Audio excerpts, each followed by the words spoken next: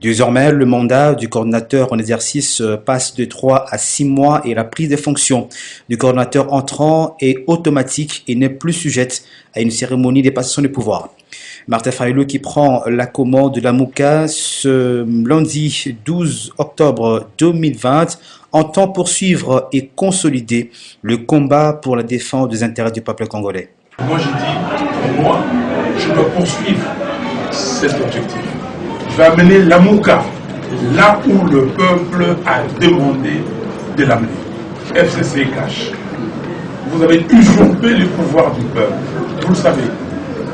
Vous n'avez pas été élu. Et aujourd'hui, vous êtes en train d'entraîner notre pays dans l'abîme. Et vous le voyez.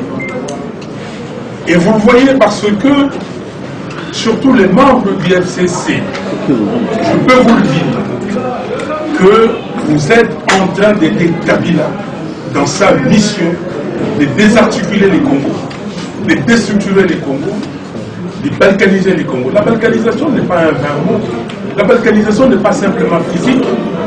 Dans son communiqué final, le présidium de la Mouka exige de réformes institutionnelles, notamment celles de la CENI et de la loi électorale.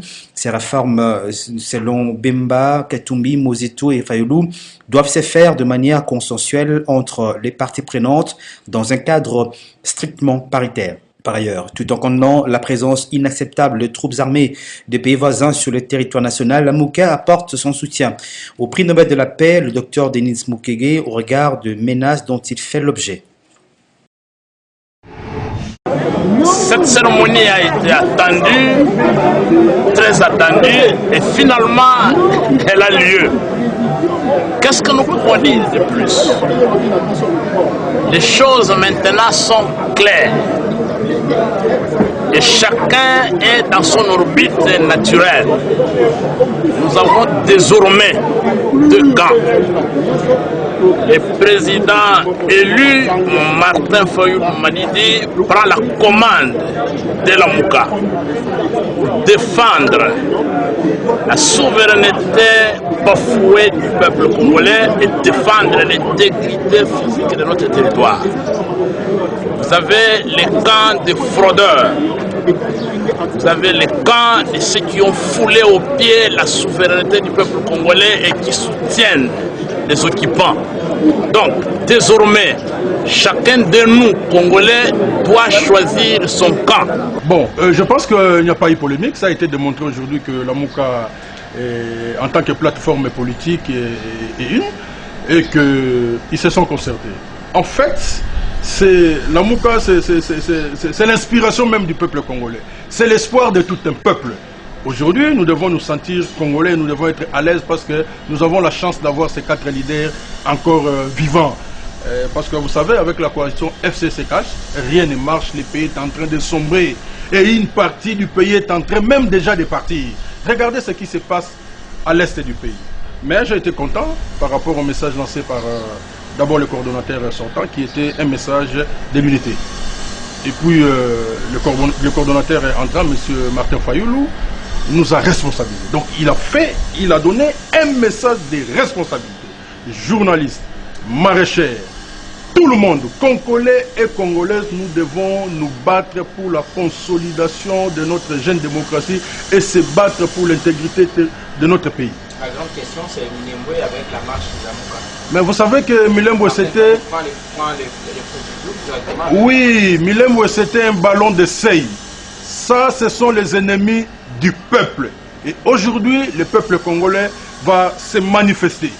Il va se manifester. Il dira qu'est-ce qu'il y a par rapport à Minembwe le 14. C'est après-demain. Nous serons tous dans la rue comme un seul homme pour défendre l'unité de notre pays.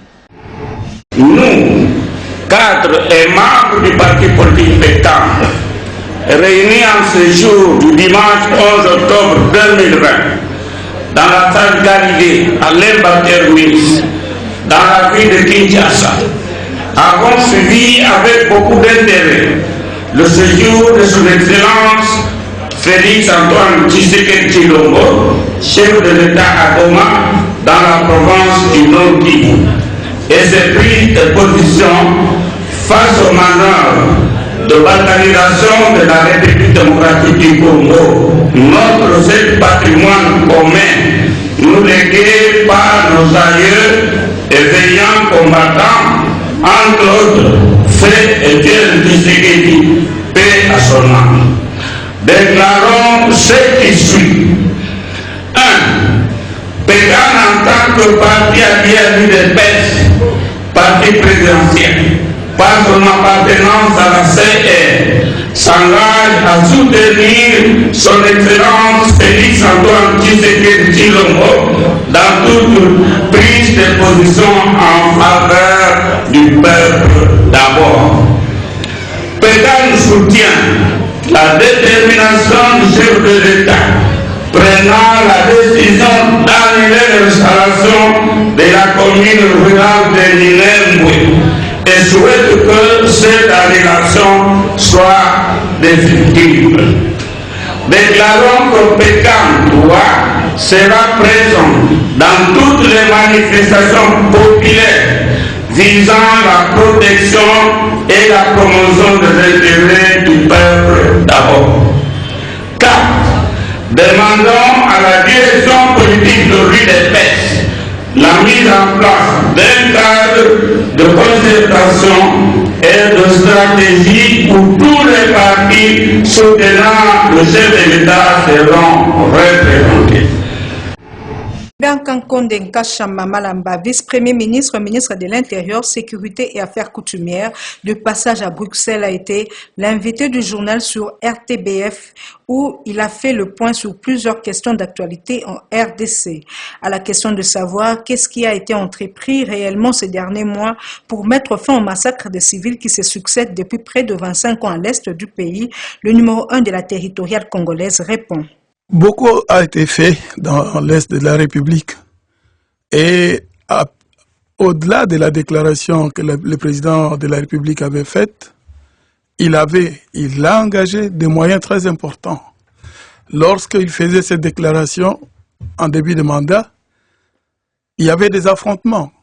C'était un terrain pratiquement conquis de la rébellion ADF-MTM qui nous vient de l'Ouganda. Et qui est présent sur le territoire depuis des décennies maintenant. Qui était sur le territoire depuis des décennies. Des opérations militaires avaient été lancées. Et tous les camps de ces mouvements ont été démantelés. Ils s'étaient installés. Ils avaient des camps de formation. Ils avaient des états-majors. Ils vivaient avec leurs dépendants, femmes et enfants. Et tout cela, aujourd'hui, c'est de l'histoire. Il y a pourtant encore eu des exactions commises par les ADF cette semaine-ci. C'est ce que j'ai expliqué. Maintenant, ce sont des actions commando. Ils viennent en petits groupes. C'est des gens qui ont vécu dans ces milieux, qui se sont fondus dans nos villages et qui savent exactement, ils ont la maîtrise, ils ont des petits sentiers. Et quand ils frappent, ils frappent des cibles isolées. Des cibles isolées civiles qui sont nombreuses quand même. Alors comment apporter la stabilité et la paix à ces populations civiles qui, comme vous dites, continuent malgré tout à souffrir de la présence de ces groupes armés aujourd'hui? Mais aujourd'hui, je dois vous dire qu'il y a toutes les opérations de nettoyage qui se poursuivent. C'est comme ça qu'on lance des appels à toute la population. La sécurité est une affaire de tous. Ceux qui ont des indices, ceux qui savent où il y a des niches de ces gens, nous les invitons à collaborer avec les forces armées, avec tous nos services. Ça, c'est de un. De deux, il y a encore des esprits mal tournés. Même parmi les politiciens, même des politiciens qui se disent responsables, qui pensent qu'en entretenant des petites poches de déstabilisation, ils vont réussir à démontrer que le mandat de M. Tshisekedi ne réussit pas et que M. Tshisekedi n'apportera pas la paix chez nous et ils peuvent en ce moment-là se ménager des zones d'influence qui pourraient éventuellement qu'ils pourraient exploiter lors de prochaines séances ou autres. Et à ces jeux-là, nous déployons tous nos services, les enquêtes sont menées minutieusement et quelle que soit la position occupée par X ou Y, la paix n'a pas de prix et ces prix-là, nous allons les rechercher Et ces personnalités-là seront poursuivies par nos différents services. Les mouvements de libération du Congo avaient déjà les armes en perspective des échéances électorales de 2023. Les samedi 10 octobre 2020, le président fédéral Moamba II de cette formation politique chère à Jean-Pierre Bemba Gombo, Do Mombenga, a procédé à l'installation du président communaux MLC dans le district du Moamba. Ces derniers sont appelés à promouvoir la politique et l'idéologie du MLC dans les différentes municipalités de la capitale Kinshasa. Louison Mbozi a promis président MLC Motel Fekine. Nous venons d'être notifiés à peine même par notre président fédéral. Effectivement, nous avions eu à travailler depuis un long moment, mais nous avions eu comme l'impression que nous n'étions pas reconnus au niveau de la hiérarchie. Mais par cet acte administratif, nous venons maintenant d'être rassurés que le travail que nous sommes en train d'abattre sur terrain pour le compte de notre parti, le MLC, sous la direction du président national, M. Jean-Pierre Bemba Gombo, ce travail est maintenant reconnu et considéré au niveau du parti. Vraiment, nous exprimons à travers votre micro notre sentiment de joie, de fierté, et ceci nous encourage davantage de travailler sur terrain de manière plus efficace. Nous sommes en contact direct avec la base. C'est nous qui gérons tous les militants dans tous les coins où ils se trouvent, du moins dans la juridiction de tout un chacun. Nous répertorions tous les militants du MLC, nous essayons d'établir une sorte de passerelle entre la hiérarchie et la base. Et c'est nous qui pouvons apporter la vraie information à la hiérarchie pour que la hiérarchie puisse s'activer de manière à mener notre parti politique au bon port. Le bien-être des Congolaises et Congolais reste la priorité du parti de Jean-Pierre Bemba Gombo.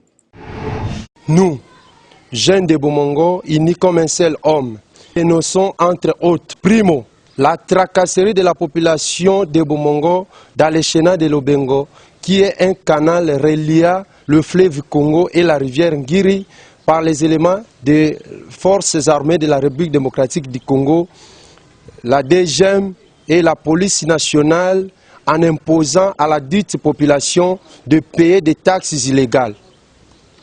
Secondo, la tracasserie et crimes commis par les éléments de l'Institut congolais pour la conservation de la nature, commis à la garde de la réserve naturelle du triangle Ngiri, territoire de Bomongo et Mankanza, tout en arrêtant arbitrairement les pêcheurs et à leur faire payer des taxes illégales.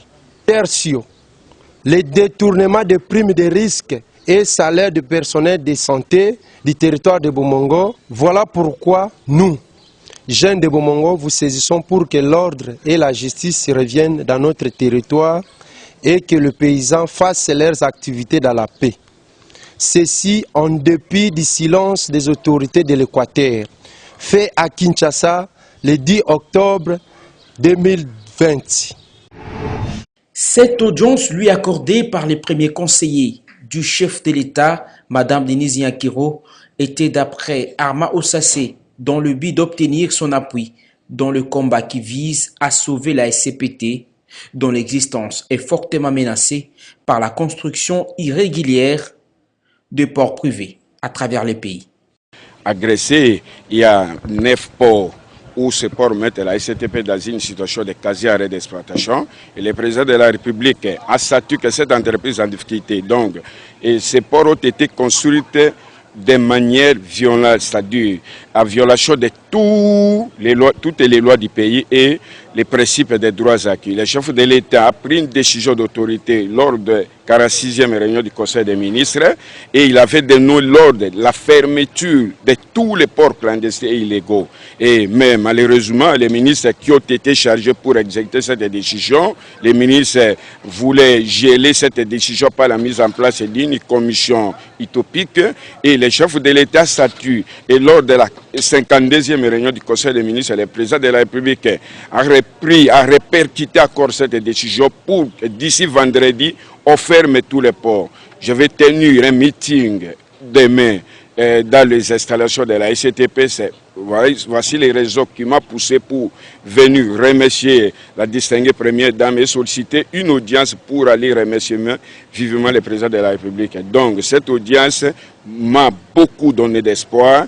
Et cette audience, je demande à tous les travailleurs de la SCTP ainsi que la population congolaise d'être derrière le président de la République qui a prouvé à face du monde que c'est un nationaliste comme Patrice Emery Lumumba. C'est un nationaliste comme Moussa Laura Désiré Kabila, comme Papa Etienne Tshisekedi, comme Papa Kasavubu. Donc, voici le contenu de l'entretien avec la distinguée première dame. Pas une parcelle sans le PECAN, c'est l'approche méthodologique du Parti congolais pour l'Alliance nationale de Jean Bosco Teba-Teba. Cette formation politique, membre de la Convention des Républicains, affûte déjà les armes pour 2023. D'où cette formation des cadres axée sur le thème CAP 2023, tenu du 26 au 27 septembre. Le tout a été sanctionné par la remise de brevets. Le premier a été remis à titre symbolique au président national du PECAN, qui le remettra à son tour à l'autorité morale de la Convention des Républicains, Kitenge Yesu. Une profonde restructuration et une mission qui nous donne orientation du parti. Pour cela, les fondateurs avaient initié et décidé en place d'une nouvelle structure électionnelle en faisant appel à de nouvelles règles à tous les groupes. Avant de lancer ce nouveau cadre sur terrain, nous avons décidé d'organiser à l'orientation une formation idéologique de réunification, de renforcement de nos capacités et de armement moral politique, formation qui a lieu du 26 au 7 septembre 2020. Notez qu'une minute de silence a été observée en mémoire du feu Etienne Tshisekedi et Cléopas Kamitat.